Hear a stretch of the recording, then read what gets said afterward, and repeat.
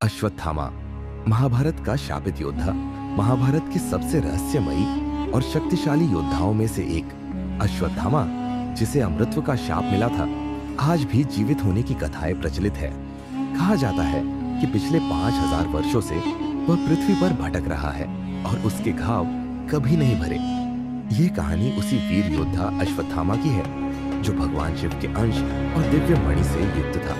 हम अक्सर भीम, द्रौपदी, दुर्योधन और अर्जुन के बारे में सुनते हैं, लेकिन अश्वत्थामा के जीवन की कथा कहीं अधिक रहस्यमयी और दुखद है। वह एक महारथी, रुद्रावतार और अजेय योद्धा था, जिसने अपने शौर्य से कुरुक्षेत्र की धरती को हिला दिया था। आइए जानते हैं कौन था अश्वत्थामा और क्यों उसे महाभारत का सबसे बड़ा पापी योद्धा माना जाता है। अश्वत्थामा का जन्म और दिव्यता। अश्वत्थामा गुरु द्रोणाचार्य और उनकी पत्नी कृपि के पुत्र थे। वह महर्षि भारद्वाज के वंशज थे। गुरु द्रोण और कृपि को एक ऐसे पुत्र की इच्छा थी जो भगवान शिव के समान शक्तिशाली और दिव्य हो।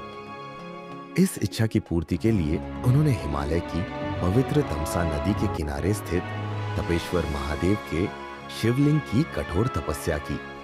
उनकी तपस्या से प्रसन्न होकर भगवान शिव प्रकट हुए और उन्होंने वरदान दिया, तथास्तु, तुम्हारा पुत्र मुझसे ही उत्पन्न होगा और मेरे समान पराक्रमी और अजेय होगा।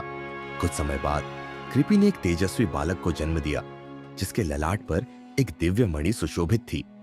जन्म के साथ ही उस बालक ने घोड़े के समान हिनहिनाने की ध्वनि की, इसलिए उसका नाम अश्वत्थामा रखा गया। वह जन्म से ही अद्वितीय था, लेकिन उसका जीवन संघर्षों से भरा था। गरीबी में बीता बचपन। अश्वत्थामा का बचपन गरीबी में बीता। महाभारत की कथा के अनुसार उसने बचपन में कभी दूध नहीं पिया था। जब उसने अन्य बालकों को दूध पीते देखा तो उसके मन में भी यह इच्छा जागृत हुई। इस लालसा को पूरी करने के लिए उसने भगवान शिव की कठोर उपासना की। उसकी तपस्या से प्रसन्न होकर शिव ने उसे दूध का प्रसाद दिया, जिसे उसने जीवन में पहली बार ग्रहण किया।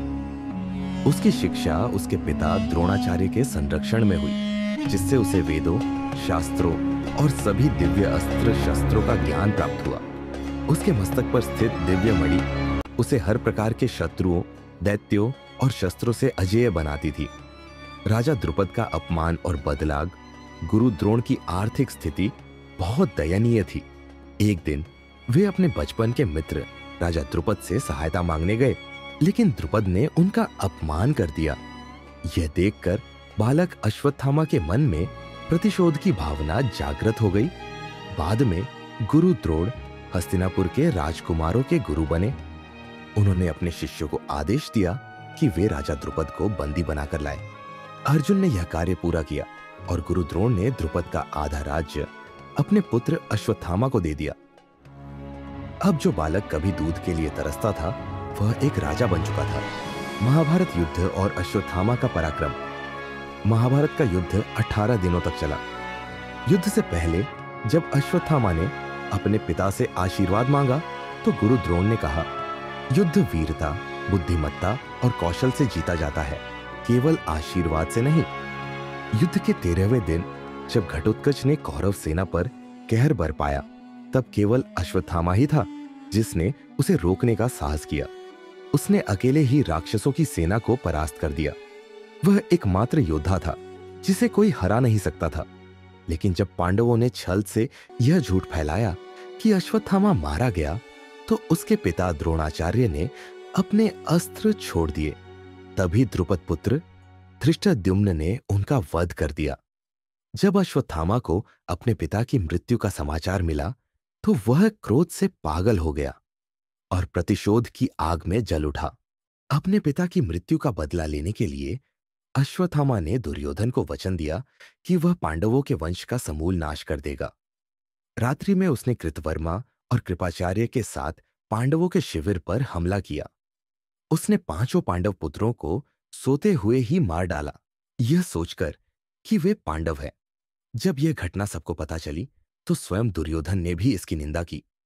उसने कहा, वीरता युद्ध में होती है। सोते हुए शत्रुओं का वध करना न क्षत्रिय धर्म है और न ही वीरता। इस कुकर्म के कारण अश्वत्थामा पर अर्जुन ने क्रोधित होकर प्रतिज्ञा ली कि वह उसका वध करेगा। ब्रह्मास्त्र और श्री कृष्ण का शाप अर्जुन का सामना जब अश्वत्थामा से हुआ तो क्रोध में भरकर उसने ब्रह्मास्त्र का प्रयोग कर दिया। अर्जुन ने भी इसे टालने के लिए ब्रह्मास्त्र छोड़ दिया। दोनों महाअस्त्रों के टकराने से संपूर्ण सृष्टि नष्ट हो सकती थी, लेकिन तभी महर्षि वेदव्यास बीच में आ गए और दोनों को अपने अपने अस्त्र वापस लेने का आदेश दिया। अर्जुन ने तो अपना ब्रह्मास्त्र लौटा लिया, लेकिन अश्वत्थामा को उसे वापस लेने की विधि नहीं आती थी। इसलिए उसने ब्रह्मास्त्र को अभिमन्यु की विधवा उत्तरा के गर्भ में पल रहे बच्चे की ओर मोड़ दिया। इससे पांडवों का वंश समाप्त हो जाता, लेकिन श्री कृष्ण ने अपने योगबल से उत्तरा के गर्भस्थ शिशु परीक्षित को बचा लिया। इसके बाद श्री कृष्ण अत्यंत क्रोधित हुए और बोले, अश्वत्थामा, तुमने बार बार अधर्म किया है, लेकिन अजन्मे बालक की हत्या करने का प्रयास महापाप है। तुम्हें तुम्हारे अपराध की सजा अवश्य मिलेगी। श्री कृष्ण ने अपने सुदर्शन चक्र से अश्वत्थामा के मस्तक से उसकी दिव्य मणि निकाल ली, जिससे वह शक्तिहीन हो गया। उन्होंने उसे शाप दिया, तुम युगों युगों तक पृथ्वी पर भटकते रहोगे। न तुम्हें मृत्यु आएगी, न शांति मिलेगी। तुम्हारा शरीर सड़ेगा और तुम्हारे माथे से निरंतर खून बहता रहेगा। तुम संसार की सभी बीमारियों से पीड़ित रहोगे, लेकिन मृत्यु को कभी प्राप्त नहीं हो पाओगे। क्या अश्वत्थामा आज भी जीवित है? आज भी कहा जाता है कि अश्वत्थामा जीवित है और हिमालय, जंगलों या निर्जन स्थानों में भटक रहा है। कई साधुओं और यात्रियों ने उसे देखने का दावा किया है, लेकिन यह रहस्य आज भी अनसुलझा है। क्या सच में वह अमर योद्धा अब भी इस पृथ्वी पर भटक रहा है? यह प्रश्न आज भी अनुत्तरित है।